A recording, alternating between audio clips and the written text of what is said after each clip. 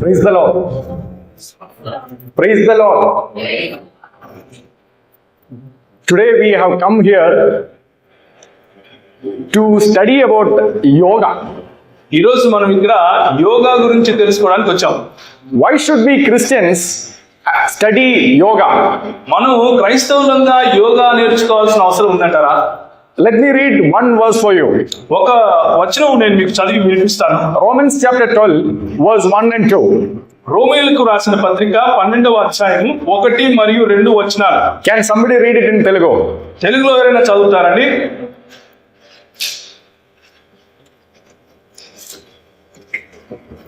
Romans chapter 12 verse 1 and 2. కాబట్టి సహోదరులారా, పరిశుద్ధమును దేవునికి అనుకూలమును అయిన సజీవ యాగముగా మీ శరీరములను ఆయనకు సమర్పించుకొనుడని దేవుని వాత్సల్యమును బట్టి మిమ్మల్ని బ్రతిమాలుకొనుచున్నాను. ఇట్టి సేవ మీకు యుక్తమై ఉన్నది. మీరు ఈ లోక మర్యాదను అనుసరింపక ఉత్తమమును అనుకూలమును సంపూర్ణమును అయిన దేవుని చిత్తమేదో పరీక్షించి తెలుసుకొనున్నట్లు మీ మనస్సు మారి నూతన మగుడు వలన రూపాంతరమును పొందుడి. In Romans chapter 12, Apostle Paul very clearly says, your body and your mind should be submitted to the Lord. అపోస్తలుడైనటువంటి పౌలు రోమీయులకు రాసిన పత్రిక 12వ అధ్యాయంలో ఏం చెబుతున్నాడు అంటే, మీ శరీరము మీ మనస్సు రెండు కూడా సంపూర్ణంగా దేవునికి సమర్పించబడాలి. In yoga, both these aspects are covered. మరి యోగాలో ఈ రెండు విషయాలను కూడా పరిగణనలోకి తీసుకుంటారండి. So we as Christians are responsible to examine whether we can practice yoga or not. కాబట్టి క్రైస్తవులుగా మనము ఈ యోగా అనే పద్ధతిని అవలంబించాలా అవలంబించకూడదా అన్న విషయం పైన మనం మననం చేసి తీరాలి. ఆ బాధ్యత మనపై ఉంది. In Maharashtra, in the schools, if you do yoga, you will get extra marks. మహారాష్ట్రలో మరి స్కూల్కి వెళ్ళే విద్యార్థులు స్కూళ్లలో కనుక యోగా చేస్తే వాళ్ళకు మామూలుగా వచ్చే మార్కుల కంటే ఎక్కువ మార్కులు ఇస్తున్నారు. In prison, if you are a prisoner, if you do yoga, your prison term will be reduced. మీరు ఒకవేళ జైల్లో ఉన్నారనుకోండి, యోగా చేసేవాళ్ళు అయితే మీ సమయం జైల్లో తగ్గిపోతుంది. So government is promoting yoga in a big way to everybody. కాబట్టి భారతీయ ప్రభుత్వం ఏం చేస్తుంది అంటే యోగాను ఎక్కువ మందికి అది చేరేలా ప్రయత్నం చేస్తాను. And many Christians are carried away thinking that yoga is nothing but just an exercise. చాలా మంది క్రైస్తవులు యోగా కేవలం ఎక్సర్సైజే కదా అని తప్పుడు అపోహలో కూడా ఉన్నారు. Even in my own church, there were some sisters who were doing yoga. మా సంఘంలో కూడా కొంతమంది సహోదరులు ఇలా యోగా చేయడం నేను చూశాను, గమనించాను. And they were asking, what is wrong with doing yoga? వాళ్ళు అడుగుతున్నారు, తప్పేంటండి యోగా చేయడంలో? Today we are going to examine what is yoga and can we as a Christians do yoga. కాబట్టి ఈ రోజు నిజానికి యోగా అంటే ఏమిటి, మనం క్రైస్తవులుగా యోగా చేయొచ్చా అనే విషయం పైన మనం కొంచెం మాట్లాడుతున్నాం. So here in this slide, I have given two definitions of yoga, two different yogas. ఈ కనిపించే ఈ స్లైడ్ లో రెండు నిర్వచనాలు యోగాకు మీకు ఇచ్చారు. So basically you will have to understand there are many yogas, but broadly there are two types of yogas. చాలా రకాలైనటువంటి యోగం ఉంది, కానీ యోగాభ్యాసాలు ఉన్నాయి, కానీ రెండు రకాలైనటువంటి యోగాభ్యాసాలు మీకు కనిపిస్తున్నాయి. One is the ancient Patanjali's yoga. ఒకటి చాలా పాతకాలంలో నుంచి వస్తూ ఉన్నటువంటి పతంజలి అనేటటువంటి యోగా ఒకటి. Patanjali yoga is not Baba Ramdev's yoga, that is different. Baba Ramdev is only using that name. బాబా రామ్దేవ్ గారు ఏదైతే చేస్తున్నారో అది పతంజలి అని కాదండి, ఆయన పేరును మాత్రమే వాడుతున్నారు. Second is the Hatha yoga. రెండవది hatha yoga. These two yogas we will see very briefly what they are. ఈ రెండు యోగాలు కూడా చాలా సంక్షిప్తంగా చూసే ప్రయత్నం చేద్దాం. నిజానికి అవి ఏంటి, అవి ఏమి నేర్పిస్తున్నాయి. In Yoga Sutra of Patanjali defines what is Patanjali's yoga. యోగ సూత్రంలో పతంజలి గారు నిజానికి ఆయన రాస్తూ పతంజలి యోగం అంటే ఏమిటి అన్న విషయం చెప్తున్నారు. He begins by saying yoga chitti vritta nirodha. యోగం చిత్తి వృత్త నిరోధం అని ఆయన చెప్తున్నారు. In other words, it is the stilling, it is actually inhibition of the mind. ఆయన ఏమంటున్నారు అంటే మనకున్న చిత్తం నుంచి తప్పించుకోవటం, లేకపోతే అది నిర్వీర్యం చేయటం అన్నట్లుగా చెప్తున్నారు. So in Patanjali's yoga, the aim is to nullify your mind, remove your mind. Patanjali యోగంలో ఉన్నటువంటి ముఖ్య ఉద్దేశం ఏమిటంటే మనస్సు లేకుండా చేసుకోవటమే. Can we as Christians practice this yoga? మనం క్రైస్తవులుగా ఇలాంటి మనస్సును ఖాళీ చేసుకునే పద్ధతిని అవలంబించచ్చా ఇలాంటి యోగము? In Romans chapter 12, what did we read? We read we should renew our mind, not remove our mind. రోమీయులకు రాసిన పత్రిక 12వ అధ్యాయంలో మనం ఏం చదివామండి? మన మనస్సును నూతనమైనట్టుగా రూపాంతరం పొందాలి, కానీ అది వేరేట్టుగా పారవేసుకోకూడదు. But in Patanjali's yoga, there are not many exercises. There is hardly any exercise. There is no exercise at all. Patanjali యోగంలో కనుక మనం చూసాము అంటే ఎక్సర్సైజ్ ఏమి ఉండవండి. అసలు ఏ ఎక్సర్సైజ్ మీకు కనిపించవు, కేవలం మనసుకు సంబంధించింది. That I will prove, that I will give you evidence for that in the remaining slides. దానికి సంబంధించిన రుజువులు మిగిలిన రాబోయే స్లైడ్స్ లో మీరు చూడగలుగుతారు. Now, what is Hatha Yoga? Hatha యోగం అంటే ఏమిటి? Hatha Yoga imagines your body as a microcosm or as a body with the sun, moon, just like the universe. Hatha Yoga imagines that your body has sun, moon and other solar systems and all the rivers, mountains and all. Hatha యోగం ఏమవుతుంది అంటే నీ శరీరంలో కొన్ని శక్తి స్థానాలు, ముఖ్యంగా సూర్యుడు, చంద్రుడు, తర్వాత మౌంటైన్స్ కానీ లేకపోతే నదులు కానీ ఉన్నట్లుగా ఊహించుకునేలా మీకు నేర్పిస్తుంది. And Patanjali in Hatha Yoga, they imagine that your body, the rivers are flowing, the amrita, nectar is flowing through your body, so you will have to say the nectar. So we will look at that also. Hatha యోగంలో మీ శరీరంలో మరి అమృతం ప్రవహిస్తూ ఉన్నట్లుగా మీరు ఊహించుకునేట్లుగా చేస్తుంది. అలాంటివన్నీ కూడా ముందు రాబోయే స్లైడ్స్ లో మీరు చూస్తారండి. So for this liquids to flow, your channels, your nadis has to be clear.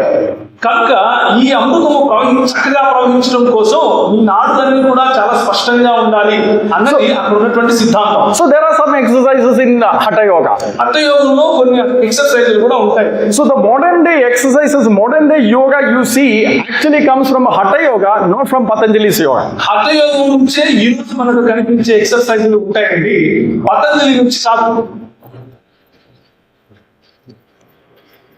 Again, when we come to the Patanjali Yoga, let me very briefly explain Patanjali Yoga. There are 8 limbs of the Patanjali Yoga. Patanjali యోగాన్ని కొంచెం మీకు వివరించే ప్రయత్నం చేస్తాను. 8 కాళ్ళు లేకపోతే 8 శాఖలు ఈ పతంజలి యోగంలో ఉన్నాయి. It is a step-by-step process. ఇది ఒకటి తర్వాత ఒకటి మెట్లు ఎక్కినట్లుగా ఒక ప్రక్రియలో వెళ్తుంది. If you don't complete the first step, you cannot go to the second step. మొదటి మెట్టు వేయకపోతే రెండో మెట్టుకు వెళ్ళడానికి వీలుండదు. So actually the asana that you see is the third step, but there is a first step which is called yama or restraint. మూడవ అడుగుగా ఆసనములను చూడొచ్చు, కానీ దాని ఆసనం వేయడానికి ముందు 2 అడుగులు ఉన్నాయి, 2 మెట్లు ఉన్నాయి. So in the first step, you have to be a celibate, you cannot marry. మొట్టమొదటి మెట్టు ఏంటి అంటే మీరు పెళ్లి చేసుకోవడానికి లేదా వివాహితులు అవడానికి వీలు లేదు. Now somebody might say, no, I don't want the first step, I don't want the second step, I will directly go to the third step. మరి కొందరు అనొచ్చు, నేను పెళ్లి చేసుకుంటాము, మొదటి మెట్టు మాకు వద్దు, రెండో మెట్టు వద్దు, డైరెక్ట్ గా మేము మూడో మెట్టుకు వెళ్ళిపోతాము అని అనొచ్చు. But Patanjali doesn't agree with that. కానీ పతంజలి గారు దాన్ని ఒప్పుకోరు. Patanjali అంటారు, Patanjali says this is a Mahavritam across the universe. ఇది ఒక మహావృత్తం లాంటిది, మొత్తం బ్రహ్మాండంలో ఉన్నటువంటి ఈ సైకిల్ మీరు మార్చలేరు అని చెప్తారు. Wherever you go, even if you go to California, US, you have to do this. మీరు ఎక్కడికి అంటే ఇక్కడ నుంచి కాలిఫోర్నియాకు వెళ్ళిపోయినా కానీ అక్కడ కూడా ఇదే పద్ధతిలో చేయాలి అని చెప్తారు. Now there were some swamis who tried to do that. కొంతమంది స్వాములు ఉన్నారు, వాళ్ళు చేయడానికి ప్రయత్నం చేశారు. Pattambi Jois, I don't know how many of you have heard about him. He was a great guru in the previous generation. పట్టాంబి గారు చేయడానికి ప్రయత్నం చేశారు. మీలో ఎంతమందికి ఆయన తెలుసో నాకు తెలియదు, కానీ ఆయన చాలా ప్రసిద్ధిగాంచిన వ్యక్తి ఈ విషయంలో. He was a Tamil Brahmin. ఆయన ఒక తమిళ బ్రాహ్మణుడు. So when he started the yoga, he only took the Tamil boys to do the yoga, Tamil Brahmin boys to do the yoga. తమిళ బ్రాహ్మణుడు మాత్రమే ఇలా ఇది చేసేవాళ్ళు అన్నట్లుగా మొదలుపెట్టి చేశాడు ఆయన. But the guru got an opportunity to go to US. ఆయన అమెరికా వెళ్ళడానికి ఆయనకు ఒక అవకాశం వచ్చింది. So he forgot all the things that he taught in India. He forgot about the celibacy and he forgot about all these things when he met the hippies in California. ఆయన మరి భారతదేశం విడిచిపెట్టి కాలిఫోర్నియాకు వెళ్ళిపోయిన వెంటనే ఇన్ని సంవత్సరాలు ఏదైతే నేర్పిస్తూ వచ్చారో తమిళంలోనే మాట్లాడాలి, పెళ్లి చేసుకోకూడదు అన్న మాటలన్నీ కూడా మర్చిపోయారు ఆయన. So in other words, you must remember, if you have to do Patanjali yoga properly, you have to be an unmarried person, a celibate. A married person cannot practice Patanjali yoga. కానీ మొట్టమొదటిగా గుర్తుంచుకోవాల్సిన విషయం పతంజలి గారి స్వయంగా ఆయన మాటల్లోనే ఏంటి అంటే, మీరు ఒకవేళ పతంజలి యోగం చేయాలి అని అనుకుంటే మీరు పెళ్లి చేసుకోవడానికి వీలు లేదు, మీరు అవివాహితులుగానే ఉండాలి. So now I said there are not many exercises in the Patanjali yoga. నేను ఇంతకుముందు చెప్పినట్లుగా పతంజలి యోగంలో పెద్దగా ఎక్సర్సైజ్ లేదు. Patanjali yoga is basically, Patanjali's Yoga Sutra is basically a compilation of the yogas that existed previously. మరి ఇంతకు ముందు నుంచి ఉనికిలో ఉన్నటువంటి యోగ సూత్రాలన్నింటినీ కూడా ఒక సమ్మేళనం చేసి ఒక చోటికి పొందుపరిచి పెట్టడమే పతంజలి యోగంలో ఉన్నటువంటి ప్రాముఖ్యత. So people say Patanjali could have written the Yoga Sutra from anywhere from BC 300 to AD 200. మరి 300 క్రీస్తు పూర్వం 300 నుంచి క్రీస్తు శకం 200 సంవత్సరాల వరకు ఆ సమయంలో ఎప్పుడైనా సరే పతంజలి గారు ఈ యోగ సూత్రాలను రచించుండొచ్చు అని అంటున్నారు. So the exercises, there are in the asana is clearly defined. What is asana in Patanjali yoga? ఆసనం అంటే ఏంటి అన్న విషయాన్ని పతంజలి గారు ఆయన రాసినటువంటి పుస్తకంలో చాలా స్పష్టంగా చెప్పారు. But as I said, it is a compilation of the previous exercise, previous scripture, previous literature of Hinduism. మరి హైందవ్యంలో ఉన్నటువంటి ఇంతకు ముందే ఉనికిలో ఉన్నటువంటి సాహిత్యంను తీసుకుని వచ్చి దాని యొక్క సారాంశంగా ఆయన రాయడం అన్న విషయం నేను ముందే చెప్పాను మీకు. And as you can see here in the Savaskrama Upanishad, it very clearly says the body should be steady with the three upper parts erect. In fact, you should sit straight. You cannot bend. Asana is clearly defined as sitting straight. ఇక్కడ మీకు కనిపించే విషయాన్ని కనుక ఒకసారి చూస్తే ఉపనిషత్తులో రాసిన విషయం ఏమిటి అంటే, ఆసనము అన్నదానికి అర్థం ఏమిటి అంటే, మీరు భూమికి 90 డిగ్రీలలో చాలా నిటారుగా నిలబడటం, కూర్చోవటం, సో కానీ ఇందులో పడుకోవటం లేదు. If you are sitting straight, can you bend? మీరు చాలా నిటారుగా కూర్చుంటే ఉండగలుగుతారా? Can you do all the Baba Ramdev's exercises if you are supposed to sit only straight? మరి నిజంగా నిటారుగా కూర్చోవటము, నిటారుగా నిలబడటమే ఆసనము అయితే బాబా రామ్దేవ్ గారు ఈరోజు చెప్తున్నటువంటి పతంజలిలో చేస్తున్నటువంటి ఎక్సర్సైజ్ చేయగలమా? You cannot do any of those things. ఆయన చెప్పేది చేయడానికి వీల్లేదు కదా. Again, let me give further evidence. ఇంకొక రుజువు మిమ్మల్ని ఉంచుతాను. You see, actually in Mahabharata there are 884 references to yoga. 884 రెఫరెన్స్లు మహాభారతంలో ఉన్నాయండి యోగం గురించి. Out of that there are only 2 references to asana. రెండు రెఫరెన్స్లు ఆసనముల పైన ఉన్నాయి. And that too are to refer to the Virasana, again sitting straight. అందులో ఒకటి విరాసనము అంటే చాలా నిలకడగా నిటారుగా కూర్చోవడం. So again there are no exercises. అక్కడ కూడా ఏ ఎక్సర్సైజ్ లేవు. Again in గీతంలో లేదా భగవద్గీతలో it is very clearly written in chapter 6 verse 11 to 14. 6వ అధ్యాయం 11 నుంచి 14 వరకు కనుక మనం చూసినట్లయితే You can read it, holding the body, neck, head and neck straight. మరి శరీరాన్ని మెడను తలను నిటారుగా ఉంచడం అన్న విషయం చాలా స్పష్టంగా రాయబడింది. That is exactly what we read it in Upanishad, 3 upper parts straight. 3 పై భాగములు, శరీరంలో ఉన్న 3 పై భాగములు అంటే ఈ శరీరము, ఈ మెడ, తల వీటిని నిటారుగా ఉంచడమే అని ఉపనిషత్తులో కూడా ఇంతకు చూశాం కదా. So again, when we come to the Bhashya of Shankaracharya lived somewhere in 800 AD. Shankaracharya's commentary on the Bhagavad Gita, again Shankaracharya very clearly says that hip, chest and neck, these should be straight. You should sit straight.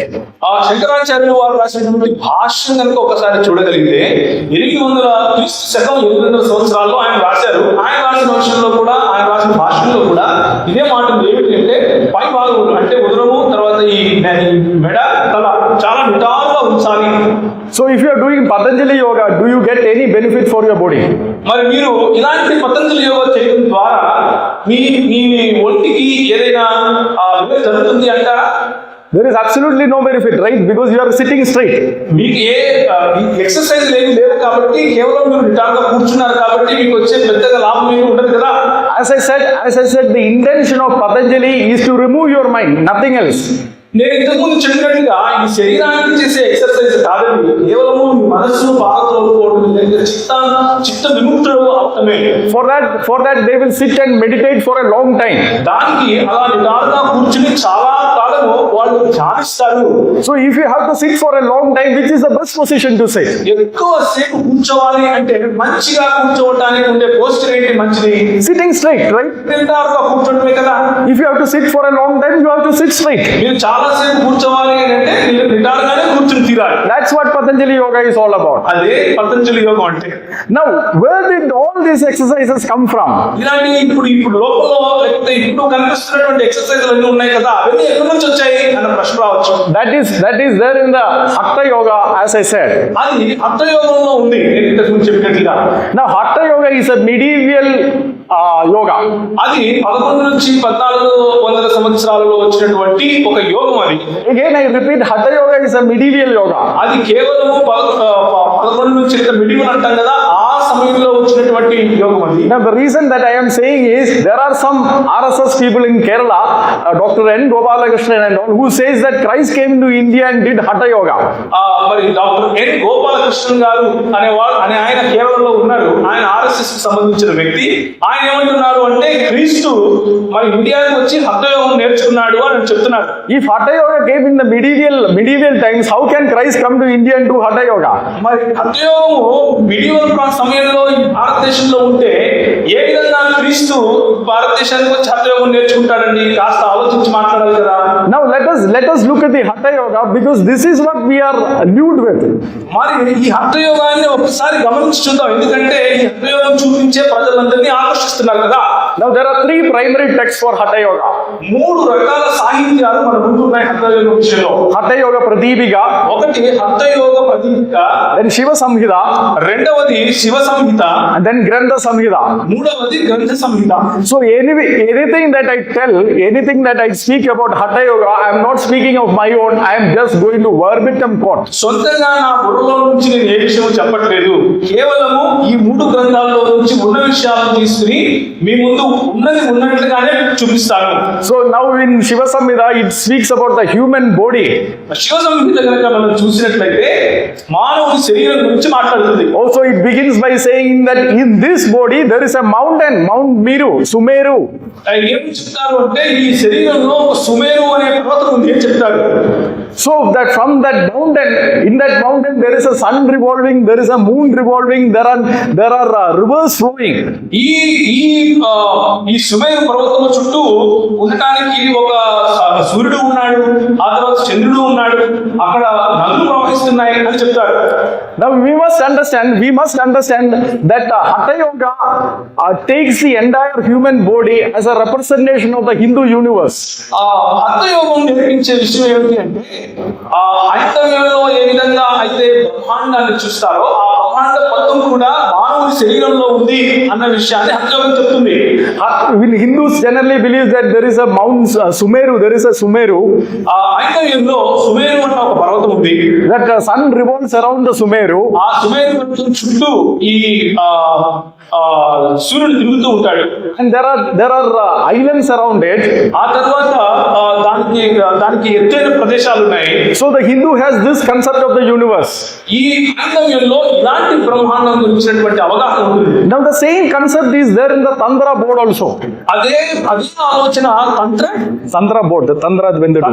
అనేటువంటి నావలో కూడా ఉంటుంది, చిన్న దోణిలో. So again you will see, if you look at the Tantra drawing, you will see all the Hindu concept of the universe there. తంత్రము అనేటటువంటి drawing కనుక మీరు చూశారు అని అంటే హైందవ్యంలో ఉన్నటువంటి ఈ సుమేరు పర్వతము, దాని చుట్టూ తిరిగే చంద్రుడు మరియు సూర్యుడు, ఇలాంటి అన్ని విషయాలు కూడా రాస్తారు, గీస్తారు. So you have the Hindu universe. కనుక ఇప్పుడు మనం గమనించాల్సింది ఏంటంటే హైందవ్యంలో ఉన్నటువంటి బ్రహ్మాండం ఒకవైపు ఉంది, You have the Tantra board. ఆ తర్వాత తంత్రము అనేటటువంటి బోర్డు ఉంది. Will any of you do Tantra? మీలో ఎవరైనా తంత్రం చేయడం వచ్చా మీకు? Will any of you do Tantra if you are asked to do Tantra? మీరు తంత్రం చేయండి అని మిమ్మల్ని అడిగితే మీరు ఎవరైనా చేస్తారా?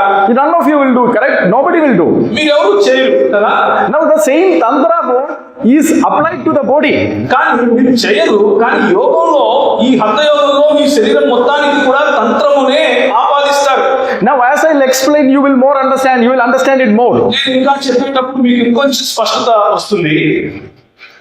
Again in the next slide as we see, తర్వాత వచ్చేటటువంటి స్లైడ్ కనుక ఒకసారి చూస్తే in the Shiva Samhita chapter 2 verse 6 and 7, Shiva సంహితము 2వ అధ్యాయం 6 నుంచి 7 వచనాలు కనుక మీరు చూస్తే it says that in this body which is called Brahmanda, ఈ శరీరం అంటే బ్రహ్మాండంగా పిలువబడే ఈ శరీరము there is a nectar-red moon.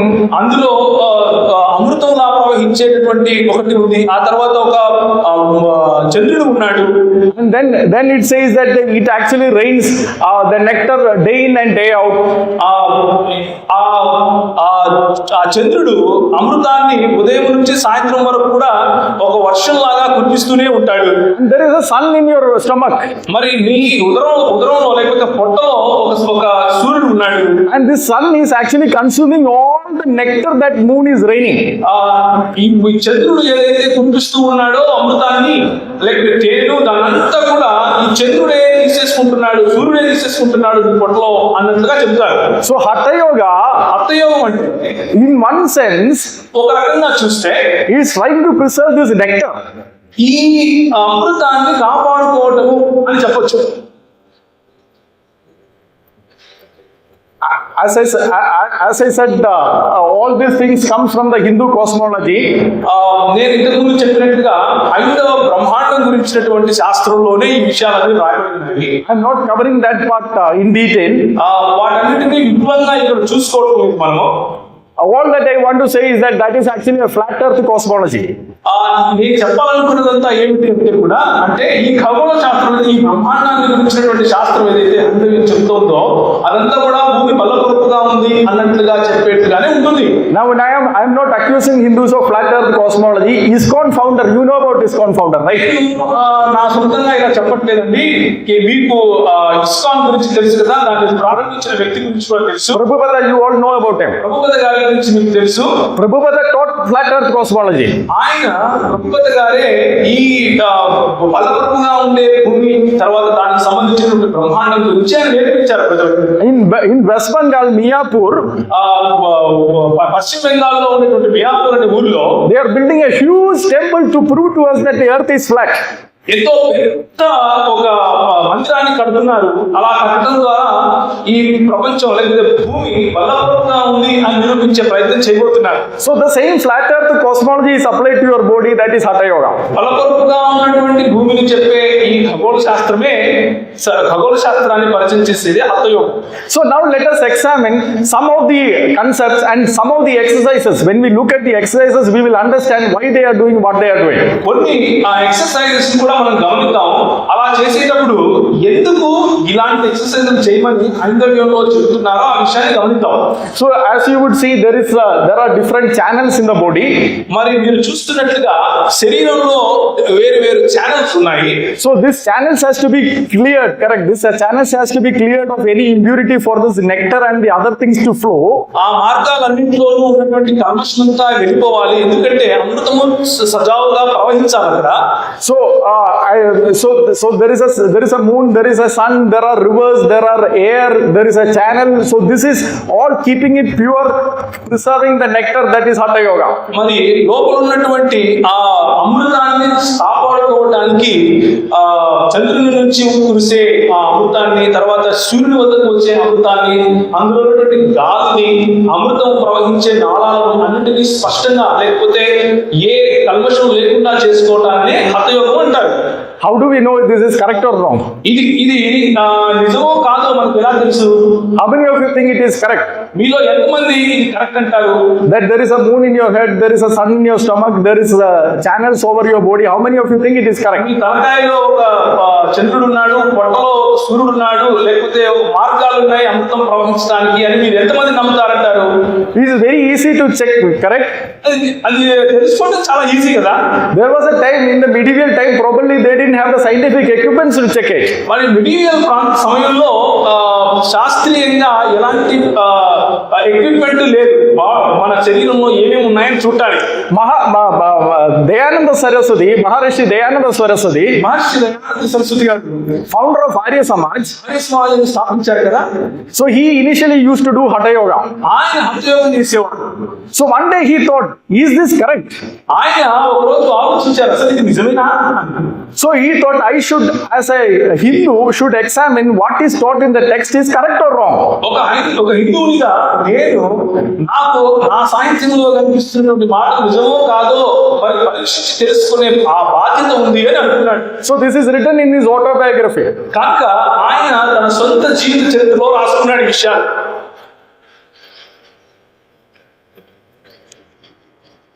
This is written in his autobiography. ఆయన మరి స్వీయ చరిత్రలో అలా రాసుకున్నాడు. So he did a simple procedure. ఆయన ఒక చిన్న ప్రక్రియ చేశాడండి. One day he was going through a side of a river. ఒక నది గుండా, నది పక్క గుండా వెళ్తున్నాడు ఆయన ఒక రోజు. So he saw a dead body floating in the river. ఆ నదిలో ఒక చనిపోయిన వ్యక్తి శవము పారుతూ ఉండటం చూశాడు. So he thought this is the best time to examine what is taught in the scriptures is correct or wrong. ఇదే కరెక్ట్ సమయము, ఇందులో చూసేద్దాము అసలు నా సాహిత్యంలో ఉన్న మాట కరెక్టా కాదా అని చూసే సమయం ఇదే అని అనుకున్నాడు. So he took the dead body. కాబట్టి ఆ శవాన్ని తీశాడు. He took a knife. ఆయన కత్తి తీసుకున్నాడు. He opened the body. ఆ శరీరాన్ని కోసి చూశాడు. Very simple step, right? చాలా చాలా సులువు కదా ఇలా చేయడం. And this is what he says. ఆయన అలా చేసిన తర్వాత ఏమంటున్నాడో చూడండి. The descriptions given in the book did not tally at all with the actual details. మరి ఏంటంటే పుస్తకంలో రాయబడింది అవేవి కూడా ఈ శరీరంలో లేవు. So what did he do? ఆయన ఏం చేశాడు తర్వాత? He tore the Hatha Yoga text. ఆ హఠయోగం రాసినటువంటి సాహిత్యాన్ని చింపేశాడు. He threw it into the river along with the dead body. ఆ శవంతో పాటి ఆ పుస్తకాన్ని కూడా మరి నీళ్ళలోనే ఉంచేశాడు. This is a very simple step of knowing whether the Hatha Yoga is correct or wrong. హఠయోగం కరెక్ట్ గా కాదని విషయం చేయడానికి ఇది ఒక చాలా సులువైనటువంటి పద్ధతి అండి. Now the same Hatha Yoga is sold to us. మరి ఇదే హఠయోగాన్ని ఈ రోజు మనకు గవర్నమెంట్ వాళ్ళ ద్వారా మన మీద రుద్దుతున్నారు. What Dayananda Saraswati rejected now is imposed upon Christians and other religious people also. క్రైస్తవులు మరియు హైందవులు ఎవరైతే ఉన్నారో ఈ దేశంలో వాళ్ళందరిపైన దయానంద సరస్వతి గారు దేనికైతే చేయొద్దు నేను చేయను అని అన్నారో దాన్ని రుద్దుతున్నారు. Now let us look at the exercises. మరి ఇప్పుడు వీళ్ళు చేసే ఎక్సర్సైజ్ గురించి ఒకసారి చూద్దాం. So as I said, there are different channels. Now you have to clean the channels, correct? మరి మన శరీరంలో నేను ఇంతకు ముందు చెప్పినట్లుగానే కొన్ని ఛానల్స్ ఉన్నాయి, వాటన్నిటిని శుభ్రపరచుకోవాలి అని చెప్పాను కదా. If the channels are not cleaned, how will the nectar flow? ఆ ఛానల్స్ కనుక శుభ్రంగా లేకపోతే ఏ విధంగా ఈ నెక్టర్ లేకపోతే అమృతం ప్రవహిస్తుంది? So one of the ways of doing this cleaning process is the famous Anuloma Viloma Pranayama. Anulom విలోమ ప్రాణాయామం అంటారు. దీని ద్వారానే ఆ మార్గాలను సరళం చేసుకోవడం లేకపోతే శుద్ధి చేసుకోవడం జరుగుతుంది. Now Anuloma Viloma Pranayama is taught in our government syllabus also, government school text also. ఈ మధ్య మన గవర్నమెంట్ వాళ్ళ స్కూల్ పుస్తకాలు ఉంటాయి కదా, వాటిలో కూడా అనులోమ విలోమ ప్రాణాయామం గురించి నేర్పిస్తున్నారు. Now what is the concept of this? ఇందులో ఉన్నటువంటి కాన్సెప్ట్ ఏంటంటే, So this is one you close one nose. ముక్కుకున్నటువంటి ఒక రంధ్రాన్ని మూసేసుకోవాలి. This is Nadi Shodhana Pranayama. దీన్ని నాడీ శోధన ప్రాణాయామం అంటారు. So you take breathe through one nose. ఒక్క ముక్కులో ఉన్నటువంటి ఒక రంధ్రం ద్వారా గాలి పీల్చుకోవాలి. And then the breath goes through the channel. ఆ ప్రవాహం ప్రవాహం గుండా ఆ ఒక ప్రవాహం గుండానే గాలి వెళ్తుంది. So by the time you are closing the other, ఎందుకంటే ఆ మిగిలిన రెండవ ముక్కు రంధ్రాన్ని మూసేశారు కదా, and then you exhale to the other nose. ఆ తరువాత ఆ వెళ్ళినటువంటి గాలిని రెండవ ముక్కుకున్నటువంటి రంధ్రం ద్వారా బయటకు వదలాలి. So you understood the concept. ఇప్పుడు మీరు దీని వెనక ఉన్నటువంటి కాన్సెప్ట్ ని అర్థం It is, చేసుకోండి. they think that the nose is like a tube. వాళ్ళు ఏమనుకుంటారు అంటే ఈ ముక్కు అనేది ఒక ట్యూబ్ లాంటిది. If you want to clean a tube, what will you do? మీరు ట్యూబ్ ను శుభ్రపరచుకోవాలంటే ఏం చేస్తారు? You close the one end of the tube, tube ఉన్నటువంటి ఒక భాగం ఒక అంతాన్ని మూసేస్తారు. and then you blow air through the other end, right? తర్వాత మొదటి నుంచి గాలి ఊదుతారు కదా, And then you open the end that the tube is clean. ఆ ఆఖరి భాగాన్ని కనుక తర్వాత వదిలేసామనుకోండి, గాలి దాని నుంచి బయటకు వెళ్తుంది, అప్పుడు శుభ్రం అవుతుంది tube. This is why they are doing it. ఇలా శుభ్రపరచుకోవడం కోసమే ఈ యోగా చేస్తున్నారు. My brothers and sisters, this is foolishness. సహోదరులారా, ఇది మూర్ఖత్వం. You go and study basic human anatomy. After few inches, it is one. There are no two tubes that are going like this. సామాన్యంగా మీరు ఆలోచించి చూడండి, మానవుని శరీరంలో అనాటమీ కనుక మీరు చదివితే ఒక అంగుళం తర్వాత ఈ రెండు కూడా ఒకటే అయిపోతాయి. This is what we do it in Rajpath. Our honorable Prime Minister is sitting there and doing it and teaching us. మన గౌరవమైనటువంటి ప్రధానమంత్రి గారు మన పార్లమెంట్ దగ్గర కూర్చొని ఇదే నేర్పిస్తున్నారు మనకి. And we all sit and think that this is some big science. మనందరం కూర్చొని అబ్బా ఎంత పెద్ద సైన్స్ నేర్పిస్తున్నారో అనుకుంటాం. Now in the text there are other things also. They have told us how to clean. తర్వాత ఇదే అర్థయోగంలో ఉన్నటువంటి సాహిత్యంలో మిగిలిన విషయాలు కూడా ఉన్నాయి, ఎలా మన శరీరాన్ని శుభ్రపరచుకోవాలి అని. In Grantha Samhita, గ్రంథ సంహితంలో chapter 1, మొదటి అధ్యాయం 40 to 41. 40 నుంచి 41 వరకు ఉన్నటువంటి 40 నుంచి 41 వరకు ఉన్నటువంటి వచనాలను చూస్తే It says that you should swallow a cloth. ఒక బట్ట మీరు మింగాలి. And then when you swallow the cloth, ఆ బట్ట మింగిన తర్వాత and then you take it out, ఆ బట్టను బయటకు తీస్తే it says it will be clean. ఆ లోపల బట్ట తీసేస్తే అనుకుంటాడు. My brothers and sisters, don't do this. సహోదరులారా, అలా చేయకండి. This is basic. Medically, this is actually goes against everything. ఇలా చేయడం ద్వారా ఈ రోజు ఉన్నటువంటి మెడికల్ శాస్త్రం మీకు ఏం చెప్తుందంటే మీకు హాని. If you swallow a unsanitized cloth, మీరు శుభ్రంగా లేనటువంటి ఏదైనా ఒక బట్టను మీరు మింగారనుకోండి, impurity will go inside, అందులో అశుద్ధత అవుతుంది, కానీ శుభ్రం ఎలా అవుతుంది? and it can actually damage internal organs. నిజానికి మీ లోపల ఉన్నటువంటి అవయవాలకు అది చెడుగా చేయొచ్చు. But the book says that it can cure leprosy also. కానీ పుస్తకం ఏం చెప్తోంది, అలా చేస్తే మీకు ఉన్నటువంటి కుష్ఠవ్యాధి కూడా పోతుంది అంటున్నారు. Now you look at it. This is the medieval literature. ఇది మిడివల్ సమయాల్లో ఉన్నటువంటి సాహిత్యం అండి. Now there are many Hindus who practice this. ఇది ఈ రోజు కూడా చాలా మంది హైదరాబాద్లో ఉన్న వాళ్ళు చేస్తున్నారు. Fortunately, it is not taught in school. మరి చాలా సంతోషమైన విషయం ఏంటంటే మన పిల్లలు స్కూల్లో ఇలా నేర్పించట్లేదు. But you understand the basic concept of their understanding of human body. We got it right. కానీ నిజానికి మనం అర్థం చేసుకోవాల్సింది ఏంటంటే మానవుని శరీరము దానికి ఉన్నటువంటి ప్రాథమికంగా వాళ్ళు ఎలా నమ్ముతున్నారు ఆ శరీరాన్ని అన్న విషయాన్ని మనం అర్థం చేసుకోవాలి. Now these are the ways of cleansing the channels. ఈ పద్ధతుల్లో ఆ ప్రవాహ ద్వారాలను లేక ప్రవాహాలను శుభ్రపరచుకోవడం నేర్పిస్తున్నారు. My brothers and sisters, just pause for a moment and think about the Bible. ఒక్క నిమిషం ఆగి బైబిల్లో ఉన్నటువంటి విధానాన్ని ఒకసారి ఆలోచించండి. Here it says that if you swallow a cloth, your leprosy will be cured. ఇక్కడేమంటున్నారు అంటే మీరు ఒక బట్టలు కనుక మింగేస్తే మీకు ఉన్నటువంటి కుష్ఠవ్యాధి వెళ్తుంది అంటున్నారు. But what was the prescription given by the Bible, Holy Bible, for leprosy? కానీ కుష్ఠవ్యాధికి దేవుని వాక్యం ఏం చెప్తుంది, దేవుని బైబిల్ గ్రంథం ఏం చెప్తుంది? In ancient times, పాత రోజుల్లో when the Rigvedas were written here, ఇక్కడ ఋగ్వేదాలు రాసుకునే సమయంలో when prophet Moses through the revelation of God gave them the 5 books, దేవుని యొక్క ప్రత్యక్షత ద్వారా పంచకాండాలను మోషే తీసుకొచ్చిన సమయంలో it says that if somebody has leprosy, let him be isolated. ఎవరికైనా సరే ఒకవేళ కుష్ఠవ్యాధి కనుక కలిగితే వారిని ప్రత్యేకపరచండి. Until 18th century, 18వ శతాబ్దం వరకు కూడా science did not understand why.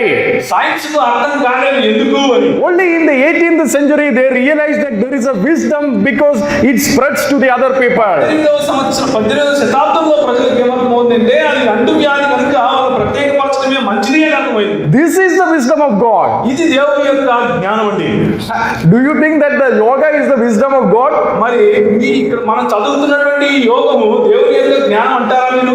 It is so sad that even some of us are considering to do yoga, which is such a foolishness. Nothing religion. It's scientifically foolish. బాధాకరమైన విషయం ఏంటంటే క్రైస్తవుల్లో కొంతమంది కూడా దీన్ని చాలా జ్ఞానం ఉంది అని అనుకుంటున్నారు. కానీ శాస్త్రీయంగా కూడా ఇది చాలా మూర్ఖత్వమైన విషయము. Now that we have cleansed the channels, ఇప్పుడు మనం మన ప్రవాహాలను శుద్ధిపరిచేస్తున్నాము. we'll start some exercises. ఇప్పుడు మనం కొన్ని ఎక్సర్సైజ్ చేద్దాం. Now all of us must have seen this exercise, right? ఇప్పుడు ఈ ఎక్సర్సైజ్ చేసి ఉంటాం మనం అందరం కదా. All of you must have seen for Hatha Yoga. All of you would have seen that they stand upside down, stand on the head, or stand on the shoulders. హఠయోగంలో ఎలా జరుగుతుంది అనేది మీరు చూసే ఉంటారు. తల కింద పెట్టి కాళ్ళు పైన పెట్టి నిలబడటం నిటారుగా. Is there anybody who hasn't seen it? ఎవరైనా చేయని వాళ్ళు చూడని వాళ్ళు ఎవరైనా ఉంటే చెప్పండి. If you have seen at least one video of Hatha Yoga, we would have seen this exercise. యోగం గురించి లేదా హఠయోగం గురించి ఒక్క వీడియో చూసినా గానీ దీన్ని తప్పకుండా చూసే ఉంటారు. This is called the king of all asanas. అన్ని ఆసనాలకు కూడా ఇది రాదంట. Now why do they do it? ఎందుకు చేస్తారు? See, it is again from Grantha Samhita chapter 3. గ్రంథ సంహిత 3వ అధ్యాయంలో It says sun is in the stomach, మరి పొట్టలో సూర్యుడున్నాడు, moon is in the head, తలకాయలో చంద్రుడున్నాడు, and moon is raining nectar throughout the day, చంద్రుడేమో రోజు అమృతాన్ని మొత్తం రోజంతా పాలించేలా చేస్తున్నాడు. and sun is unfortunately consuming all this nectar. ఆ రోజంతా ఈ అమృతాన్ని ఏమో సూర్యుడు మింగేస్తున్నాడు. So once your nectar is over, you are dead. మరి ఈ అమృతం అయిపోయింది అనుకోండి, మీరు చచ్చిపోతారు. So how can you preserve this nectar? మరి ఈ అమృతాన్ని ఎలా కాపాడాలి? You stand upside down. మరి ఉల్టా వెళ్తే సరిపోతుంది కదా. Because if you stand on your head or shoulder, Amrita cannot fall into the stomach, correct? మరి మీరు కనుక రివర్స్ లో కనుక ఉన్నారనుకోండి, ఆ అమృతం పడకుండా ఆగిపోతుంది కదా. That is not my explanation, that is their explanation. మనం చెప్పటం లేదు, నేను చెప్పట్లేదు, వాళ్ళ గ్రంథం చెప్తా ఉంది. Do you want to go and do this? అది చెప్తారా మీరు? ఇప్పుడు Brothers and sisters, there is no scientific evidence for this. సహోదరులారా సహోదరులారా, దీనికి శాస్త్రీయంగా ఎలాంటి ఎవిడెన్స్ ప్రూఫ్ లేదు. Now you cannot stand upside down for a long time, right? మరి ఈ ఉల్టాలో ఎక్కువ సమయం అయితే ఉండలేం కదా. How much hour, like even if you are a Mahayogi, how many hours you can stand? మహాయోగి అనుకోండి, మీరు ఎన్ని గంటలు మీరు అలా ఉంటారు? No, so they have invented few other mudras to save the nectar. ఇంకొన్ని ముద్రలు ఉన్నాయండి. ఆ ముద్రలు ఆసనాలు కనుక వేస్తే ఈ అమృతాన్ని కాపాడుకోవచ్చు. Again, this is from their book. ఇది కూడా వారి పుస్తకంలో నుంచే. Hatha Yoga Pradipika chapter 3. Hatha yoga Pradeepika 3వ అధ్యాయంలో This is Kechari Mudra. దీన్ని కేచరి ముద్ర అంటారు. In this mudra, ఈ ముద్రలో you cut the end of the tongue. That ఈ నాలుకకు ఉన్నటువంటి మొదలును కట్ చేయాలి. now you don't cut it on one day. ఒక రోజులో కట్ చేయకూడదండి. Slowly you cut it over the 6 months, little by little, and finally this comes out. మెల్లిమెల్లిగా ఒక 6 నెలలలో అది దాన్ని పోస్తూ ఉంటే 6 నెలల తర్వాత అదే బయటకు వచ్చేస్తుంది. And then you fold the tongue and keep it inside. ఆ తర్వాత నీ నాలుకను మడుచుకుని లోపల పెట్టుకోవాలి. There are people who does that. అలా చేస్తారు. Why? ఎందుకు చేస్తారు? So the nectar from the head will not fall to the stomach. నాలో ఉన్నటువంటి ఈ అమృతము పొట్టలోకి వెళ్లకుండా ఆపడం కోసం. This is there in the text. ఇది వారి గ్రంథంలో రాయబడింది మరి. And this is given as a great scientific wisdom to us. దీన్ని మనకు ఒక పెద్ద శాస్త్రీయమైనటువంటి సైన్స్ లాగా మన ముందుకు ఇస్తున్నారు. Now the issue is, ఇక్కడ ఉన్నటువంటి సమస్య ఏంటంటే, when they do this, ఇది ఇలా చేసే సమయంలో, ఈ ముద్ర చేసే సమయంలో they get a great experience. ఒక గొప్ప అనుభవం వాళ్ళు పొందుతారు. When they fold the tongue, వారి నాలుకను మరుచుకున్నప్పుడు, and when they remove the tongue, when they take the tongue back, తర్వాత తిరిగి ఆ నాలుకను వెలికి తీసుకున్నప్పుడు they have a great experience. They feel actually they are experiencing something great. ఒక గొప్ప అనుభూతిని పొందుతారు. కాబట్టి వారు ఏదో గొప్పవారు అన్నటువంటి ఆలోచనలో వాళ్ళు వెళ్ళిపోయే అవకాశం కూడా ఉంది. That is why some of the people are doing it. అందుకనే దాన్ని చేసేదానికి చాలా మంది పొరపడుతున్నారు కూడా. Now there is a simple explanation for that. ఒక చిన్న దానికి ఉన్నటువంటి ఎక్స్ప్లెనేషన్ చెప్తాను, వివరణ. Have you heard about choking game? మీరు ఎప్పుడైనా సరే మీ గొంతును చోక్ చేసుకోవడం గురించి విన్నారా? Now don't do this. అది ఎప్పుడు చేయకండి. In the European countries, మరి పాశ్చాత్య దేశాల్లో this choking game is a plague among the children. ఈ చోకింగ్ గేమ్ ఒకటి ఉంది. అది చాలా చాలా విస్తృతంగా ఉంది పిల్లల మధ్యలో. Because with this choking game also they have a similar experience. ఇలా చోక్ చేసుకునే ఈ ఆటలో కూడా ఇలాంటి అనుభూతి కలుగుతుంది. So what will happen, right, is actually the children is kind of hyperventilating. దీన్ని హైపర్ వెంటిలేటింగ్ అని కూడా పిలవచ్చు. So when you are choked, if somebody holds your throat for some time, మీ గొంతు ఎవరైనా నుడిపేశారనుకోండి, గట్టిగా పట్టేసుకున్నారనుకోండి, the oxygen is cut off, correct, to the brain. మీ మెదడుకు వెళ్ళాల్సినటువంటి అందాల్సినటువంటి oxygen. Now don't do this. కదా, Now don't, చేయకండి. because many people die of that. దాని ద్వారా చాలా మంది చనిపోతారు కూడా. But once you really release, కానీ ఒక్కసారిగా దాన్ని విడిచినప్పుడు ఆక్సిజన్ ని, there is a rush to the brain. ఆ ఆక్సిజన్ లేకుండా రక్తనాళాల్లో నుంచి రక్తం అంతా కూడా మెదడుకు చాలా త్వరగా ప్రవహిస్తుంది. So you get a great experience. ఆ సమయంలో గొప్ప అనుభూతి మీకు కలుగుతుంది. Actually this Kejari Mudra is a choking game. ఆ కేజరి ముద్ర అంటే ఇదే, Same explanation. ఇదే వివరణ ఆ పుస్తకంలో కూడా ఉంది. What the European kids do, ఇప్పుడు పాశ్చాత్య దేశాల్లో పిల్లలు ఏదైతే చేస్తున్నారో or what Swamis do here. ఇక్కడ మన స్వాములు చేస్తున్నారు. And the Europe, they are trying to stop it. అక్కడ పాశ్చాత్య దేశాల్లో పిల్లలు అలా చేయకుండా వాళ్ళు ఆపే ప్రయత్నం చేస్తుంటే, And in India, we are trying to promote it. మన దేశంలో ప్రభుత్వం వారు మనకి ఇది చేయమని నేర్పుతున్నారు. Brothers and sisters, this is a dangerous game. ఇది ఒక చాలా భయంకరమైనటువంటి ఆట అండి. So this experience is actually nothing but you can induce that experience through even choking game. ఇది ఈ అనుభూతి ఏదైతే ఉందో అదే ఆసనం ఏమీ కాదు. ఈ ఆట ఆడి కూడా ఇలాంటి అనుభూతి పొందొచ్చు. Now, this is standing upside down Kejari Mudra. మరి ఉల్టాగా ఉండటము, కేకారి ముద్ర, ఈ రెండు చూసాం. This is another of their great exercises that they promote. ఇది ఇంకొక ఎక్సర్సైజ్ మనకు గవర్నమెంట్ వాళ్ళు ప్రమోట్ చేస్తున్నారు. ఇది చూడండి, Pranayama. దీన్ని ప్రాణాయామం అంటారు. Now again, the principle behind the pranayama is simple. ప్రాణాయామంలో ఉన్నటువంటి సిద్ధాంతం కూడా ఇదే, చాలా చాలా సులువైందే. I am reading it.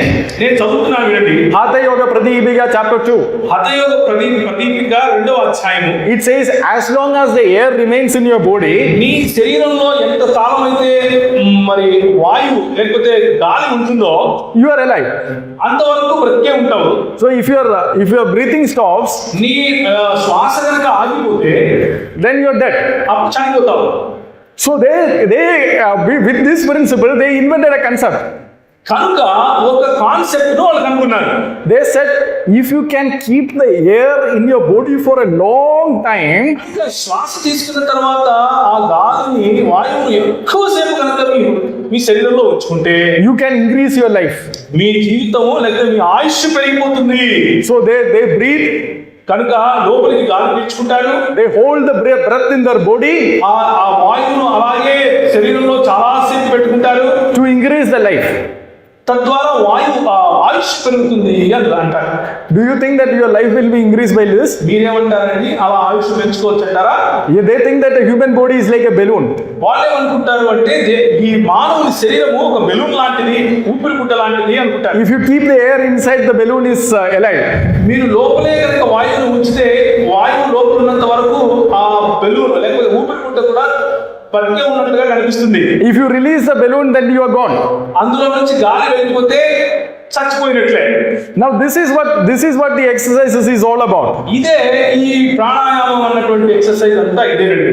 Now again in pranayama, Pastrika pranayama is actually following the same concept.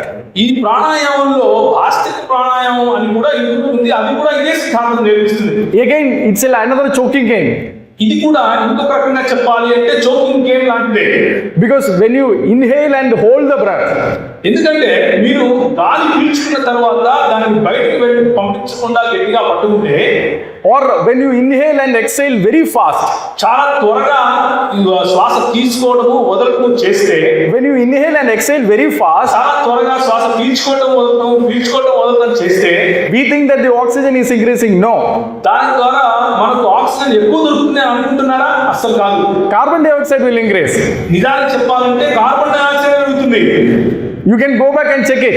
మీరు తిరిగి వెళ్ళి కావాలంటే ఒకసారి పరీక్షించి చూడండి. You can ask somebody from a medical field. మరి మెడికల్ ఫీల్డ్ నుంచి ఉన్నటువంటి వారిని ఎవరైనా అడిగి చూడండి. So Bhastrika Pranayama actually achieves the same purpose of choking game. భాస్త్రిక ప్రాణాయామం కూడా ఈ చోకింగ్ గేమ్ లాంటిదే, దాన్నే ఇది కూడా ప్రమోట్ చేస్తోంది.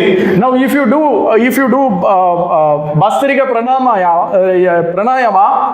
భాస్త్రిక ప్రాణాయామం కనుక చేస్తే and if you it will over a period of time you will get Kundalini.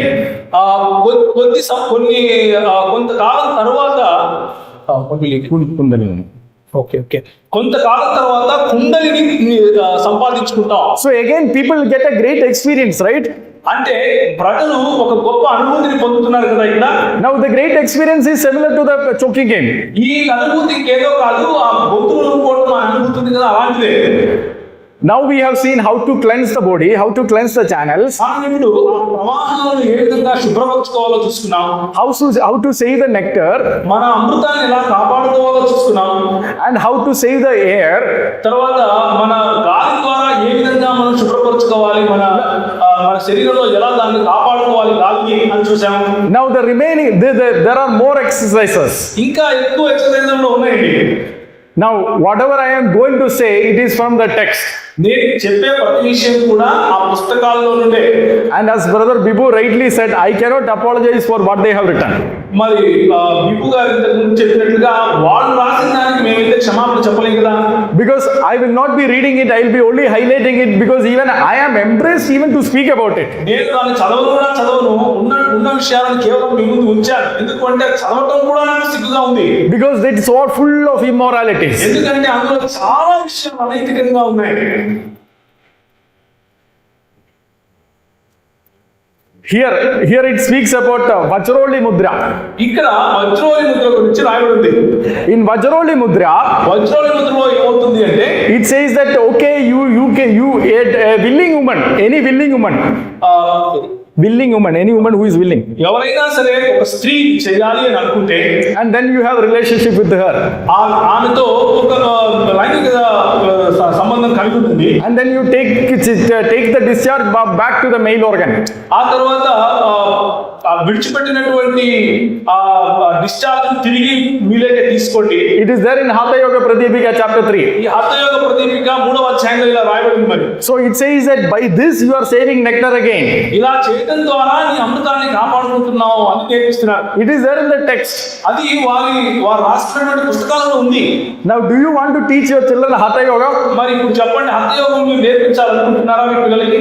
If you introduce your children to Hatha Yoga, మీరు హఠ యోగం కనుక నేర్పిస్తే మీ పిల్లలకి, you are making them stand on a slippery slope. మీరు ఏం చేస్తున్నారు అంటే జారిపోవడానికి చాలా సులువుగా ఉండేటటువంటి ఒక ప్రదేశంలో వాళ్ళు పెడుతున్నారు. So once you teach them Hatha Yoga, ఒక్కసారి హఠ యోగం గురించి వాళ్ళకి చెప్తే they will go and check all these things on their book. These books are now available free. These books are available for 50 rupees also. మిగిలిన విషయాలన్నీ వాళ్ళంతా వాళ్ళే నేర్చుకుంటారు. మరి చాలా ఉచితంగా 50 రూపాయలకు కూడా మనకు అందుబాటులో ఉన్నాయి ఈ పుస్తకాలని. And this says that this is the ultimate mudra. మరి ఈ ముద్ర అన్నిటికంటే చాలా గొప్ప ముద్ర అని అంటున్నారు. If you can't do any of the other things also, if you can do this, then you have achieved. మిగిలిన విషయాలు చేసినా చేయకపోయినా ఇది కనుక చేస్తే మీరు తప్పకుండా మీరు పొందుతారు అని చెప్తా ఉంది. Now again from Hatha Yoga Pradipika, hatha యోగ ప్రదీపిక నుంచి ఇంకొక విషయం చూడండి. there are other mudras. ఇంకా ముద్రలు ఉన్నాయి. Again it is so, I am so ashamed to speak about such things. దీని గురించి మాట్లాడటము అసలు నాకు చాలా సిగ్గుగా ఉంది. But the only reason that I am speaking is because it is going to be taught to our children. ఎందుకు నేను మాట్లాడుతున్నాను అంటే మన పిల్లలకు ఇదే నేర్పిస్తున్నారు. This yoga is introduced in our schools. మన బడుల్లో ఇది నేర్పిస్తున్నారు. This yoga is introduced in the offices. మన ఆఫీసుల్లో ఇది నేర్పిస్తున్నారు. Because they are introducing it, we are reading the text. వాళ్ళు మన పైన రుద్దుతున్నారు కాబట్టి ఈ పుస్తకాలను మనం ఇప్పుడు చదువుతున్నాం. Now this says that the discharge should be mixed, the male discharge should be mixed with the cow dung and then applied to the body. ఇంకా ఈ ముద్ర ఏముంటుంది అంటే పురుషుని శరీరంలో నుంచి లైంగికంగా బయటకు వచ్చినటువంటి ఆ లిక్విడ్ ను పేడతో కలిపి ఒంటికి రాసుకోవాలి అని ఉంది. So all these things are taught in the Hatha Yoga. ఇవన్నీ కూడా హఠ యోగంలో నేర్పించారు. Do you want to learn? Do you want to go and do Hatha Yoga now? మీరు చెప్పండి అర్థయోగ చేస్తారండి, Do you want to do Patanjali Yoga? Patanjali చేస్తారా ఇప్పుడు మీరు? My brothers and sisters, it is marketed in a different way. సహోదరులారా ఒక విషయం గుర్తుపెట్టుకోండి, దీని మార్కెటింగ్ వేరే రకంగా జరుగుతూ ఉంది. For example, Sadhguru, you must have all heard about Sadhguru, Jaggi Vasudev. మీరు సద్గురు జగ్గి వాసుదేవ్ గారి గురించి వినే ఉంటారు. So we know now that there is a moon in the head, there is a sun in the stomach. We all know that. మనందరికీ తెలుసు, మన ఇద్దరు చదివిన ప్రకారంగా మన తలలో ఒక చంద్రుడు ఉన్నాడు, పొట్టలో ఒక సూర్యుడు ఉన్నాడు అని. Now when Sadhguru Jaggi Vasudev speaks about it, వీటి గురించి సద్గురు జగ్గి వాసుదేవ్ గారు మాట్లాడారనుకోండి, he says it is genetic re-engineering. ఆయన ఏమంటాడు అంటే ఇది జన్యుపరమైన రీఇంజనీరింగ్ అంటాడు. He says there is a sun outside, ఆయన అంటాడు బయట ఒక సూర్యుడు ఉన్నాడు, there is a moon outside, బయట ఒక చంద్రుడు ఉన్నాడు, and you are taking energy directly from them. వారి నుంచి ఈ శక్తిని మీరు డైరెక్ట్ గా పొందుతున్నారు. But that is not what is said in the text. కానీ అలా రాస్తుందా మనం చదివిన దాంట్లో? So they give a twist to everything, కాబట్టి రాసిన ప్రతిదానికి ఒక మేక పెట్టేసి, because if they speak their books, ఎందుకంటే వాళ్ళ పుస్తకాలు కనుక చదివారనుకోండి అందరి ముందు, even a common sensical Hindu will reject it. మామూలు సామాన్య జ్ఞానం ఆయన తనిఖేస్తుంది. That is why Maharishi Dayananda Saraswati rejected it. Swami Vivekananda rejected it. Vivekananda గారు కూడా దాన్ని అందుకనే వదిలేశారు. Swami Vivekananda rejected the Hatha Yoga. అర్థయోగాన్ని Swami Vivekananda గారు చించి పారేశారు. He even compared it to Satan. ఆయన నిజానికి సాతానుతో కూడా పోల్చి చెప్పాడు. But unfortunately, what their gurus have rejected is now imposed upon our children. ఏంటంటే మన దేశంలో ఎవరైతే వాళ్ళ గురువులు ఏదైతే వదిలిపెట్టారో అది మన పిల్లల పైన ఎత్తుతున్నారు. Why should we do it? ఎందుకు చేయాలి మనం? We will not do it. మనం చేయము. Our body is a living sacrifice for the Lord. మన దేహము దేవుని కొరకు సజీవమైనటువంటి బలియాగం. We will not submit our body to these heathen practices. మనము ఇలాంటి దైవపు ఆచారాలను ఎన్నటికీ తలకెది లేదు. There is nothing scientific in this. ఇందులో ఎలాంటి శాస్త్రీయమైన సైన్స్ పరమైన విషయం లేనే లేదు. Now you might say, మీరు అనొచ్చు, oh, they have understood the concept wrong, but if you do those exercises, there might be some benefit to the body. మీరు అనొచ్చు వాళ్ళు దాని వెనుకున్నటువంటి సిద్ధాంతాన్ని తప్పుగా అర్థం చేసుకున్నారు, కానీ ఈ ఎక్సర్సైజెస్ చేస్తే మనకు మంచిదే కదా అని అనొచ్చు.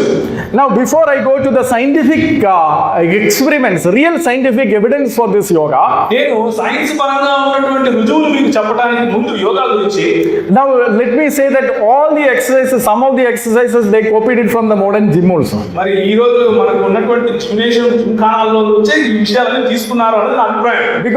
Because in Hatha Yoga there are only 84 exercises. హఠయోగంలో కేవలం 84 మాత్రమే ఎక్సర్సైజులు ఉన్నాయి. But if you look at their books, there are 101, 200 exercises also. కానీ ఈ రోజు కనుక వాళ్ళ పుస్తకాలు చూస్తే 100కి 200 పైన కూడా ఎక్సర్సైజులు ఉన్నాయి. Now Hatha Yoga actually, though it mentions there are 84, they actually list out only 32. 84 ఉన్నాయని చెప్పినా కానీ 32 మాత్రమే లిస్ట్ అవుట్ చేస్తుంది hatha yoga. Now this same question was asked to this great yoga gurus. ఈ యోగా గురువులకు ఇదే ప్రశ్న అడిగారు. This Tirumala Krishnamacharya. Tirumala Krishnamacharya గారిని అడిగారు. He was asked, where did you get all the other exercises? We are not seeing it in the book. ఎక్కడి నుంచి తీసుకొచ్చారండి మిగిలిన ఎక్సర్సైజులన్నీ ఈ పుస్తకంలో లేవే అడిగారు. He said there is a book called Yoga Rahasya. ఆయన అన్నారు యోగ ఏసియా అని ఒక పుస్తకం ఉందండి. His own disciple asked him. ఈ యోగ రహస్యం నుంచి మేము తీసుకున్నాము. Srivatsava Ramaswamy asked him. ఈ శ్రీవత్సవ రామస్వామి కూడా అడిగారు. And this Krishnamacharya said, Krishnamacharya గారు ఏం చెప్పారంటే, it is there in Saraswati Mahal Library in Tanjore. తాంజూరులో Saraswati మహాలైబ్రరీలో ఉందని చెప్పారు. The poor disciple, ఈయన పాపం ఈ శిష్యుడేమో the believing the guru, గురువు చెప్పింది వినేసి he called up that library ఆ లైబ్రరీకి వెళ్ళిపోయి, and asked, can I get a copy of that Yoga Rahasya? అయ్యా యోగ రహస్యం గురించి ఉన్న పుస్తకం నాకు ఇస్తారా అని అడిగాడు. Librarian said, there never existed such a book in this ఆ library. లైబ్రరీలో ఆయన అన్నాడు, అలాంటి పుస్తకం లేనే లేదు అన్నాడు. The poor disciple came back to that guru ఈ శిష్యుడేమో పాపం పరిగెట్టుకుంటూ మళ్ళీ వచ్చి అయ్యగారి దగ్గరికి and told this to the guru. మరి గురువు గారికి చెప్పారు, ఇలా ఇలా ఉందండి ఇలా అన్నాడు. Guru just smiled and ignored it. ఆయన ఒక నవ్వు నవ్వేసి వదిలిపెట్టేశాడు. Again, Pattabi Joyce. ఆ తర్వాత పట్టాభి జోయిస్ గారి దగ్గరికి చూడండి. He was also asked, where did you get all the other exercises? So, okay, we can see some of the exercises in your book, but what about the other exercises? ఆయన కూడా అడిగారు, అయ్యా 32 మేము చూస్తున్నాము, మీరు ఎక్కడి నుంచి తీసుకొచ్చారని అడిగారు.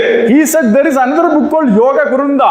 ఆయన అన్నాడు ఇంకొక పుస్తకం ఉందండి, అది యోగ బృందా అని ఉంది.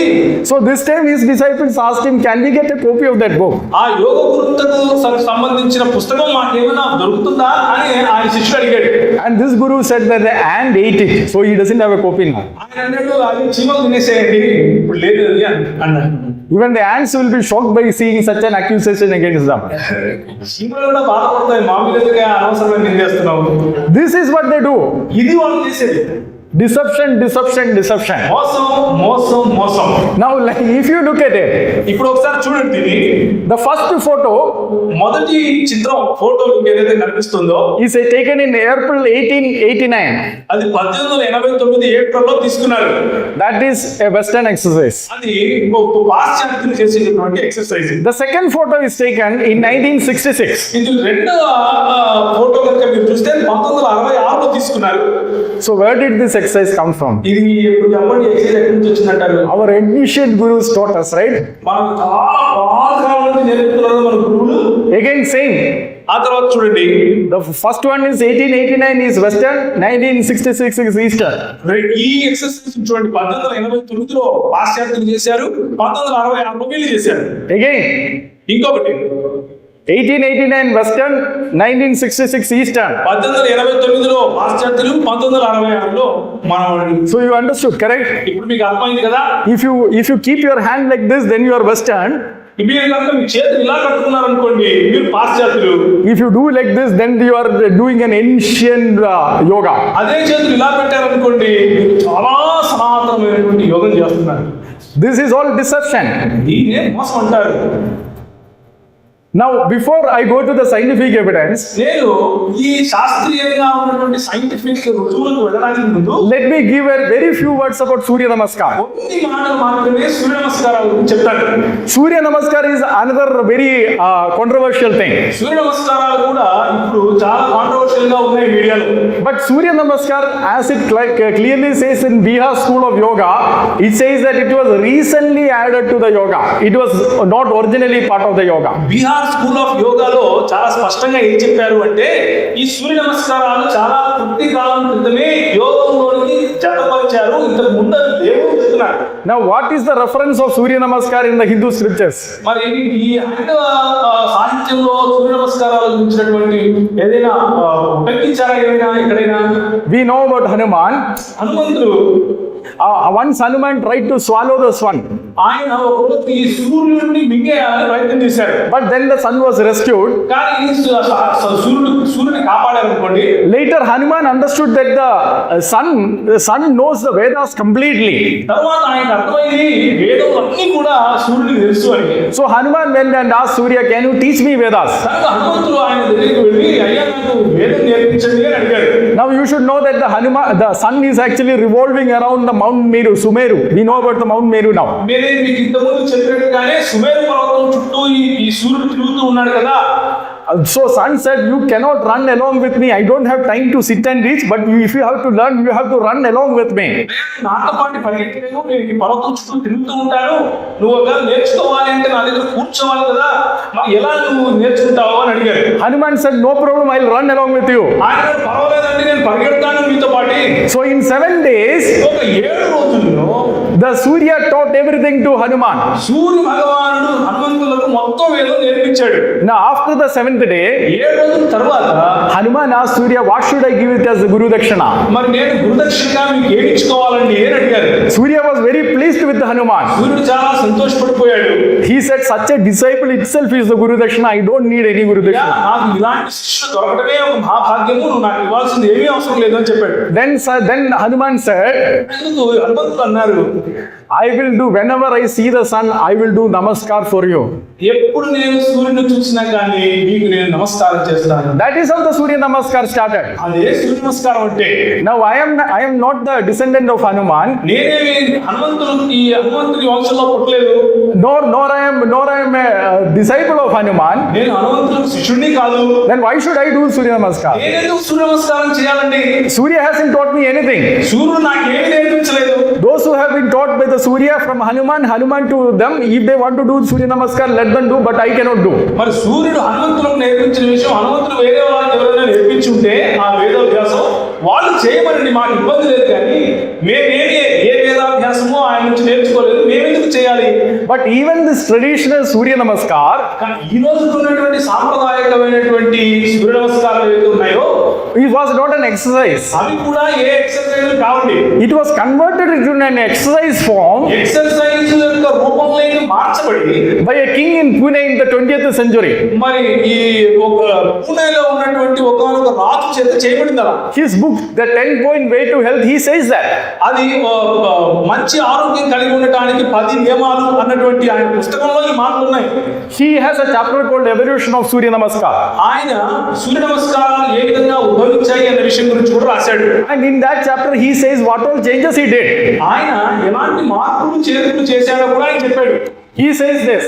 ఆయన ఇలా అంటున్నాడు, Before he changed it, ఆయన మార్చడానికి ముందు if you want to bow, నువ్వు ఒకవేళ వంగాలనుకోండి, you can bow like this. అలా కూర్చున్నట్టుగా వంగొచ్చు. You can bend your knees. నీ మోకాళ్ళు వంచొచ్చు. He says, I made it that you should not bend.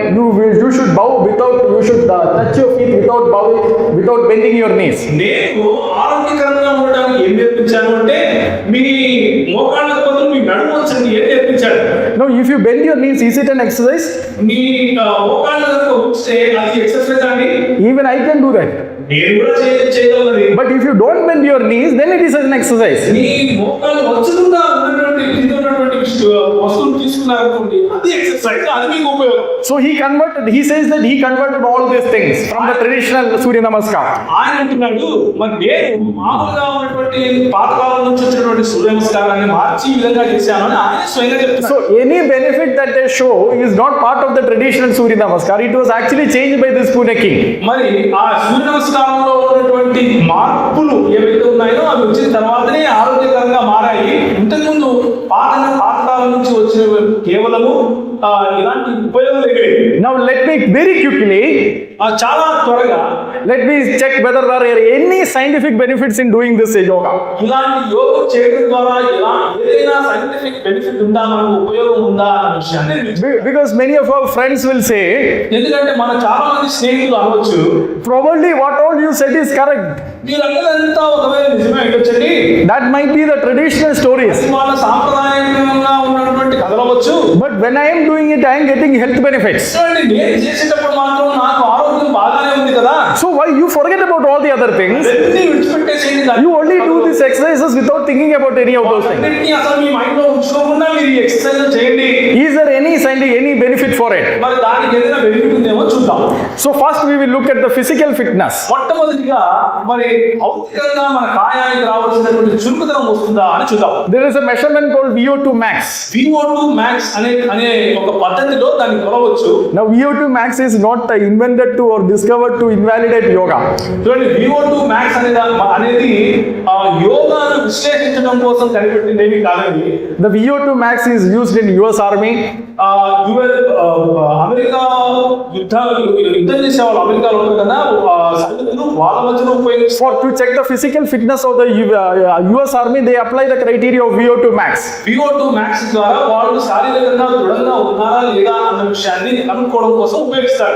Even our army, Indian army, runs for 2-3 kilometers to check the VO2 max. That is one of the purposes. VO2 max ను మన భారతదేశంలో కూడా ఈ సైనికులు ఉపయోగిస్తారు. 2 కిలోమీటర్లు పరిగెత్తి వచ్చిన తర్వాత వాళ్ళు ఎంత దృఢంగా ఉన్నారు అన్న విషయాన్ని పరీక్షించడం కోసం. Now if you Google it, మరి గూగుల్ చేయండి ఒకసారి. you will find many researchers which says that yoga is good for VO2 max.